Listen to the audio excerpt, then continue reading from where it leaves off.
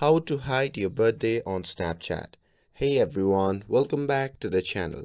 In today's video, I'm going to show you how to hide your birthday on Snapchat. So now without further ado, let's get started. So first thing first, open up your Snapchat app, and once you have opened it, you'll land in the camera mode by default. Now once you are here, simply tap on the profile icon shown in the top left corner of the screen. And once you are in your profile section, simply tap on the gear icon shown in the top right corner of the screen to open settings.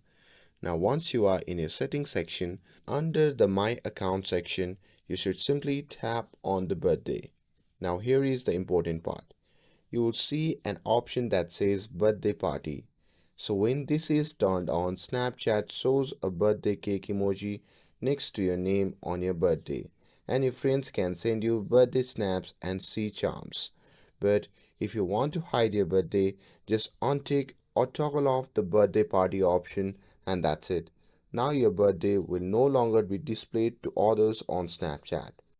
And that's how you can hide your birthday on Snapchat in just few simple steps.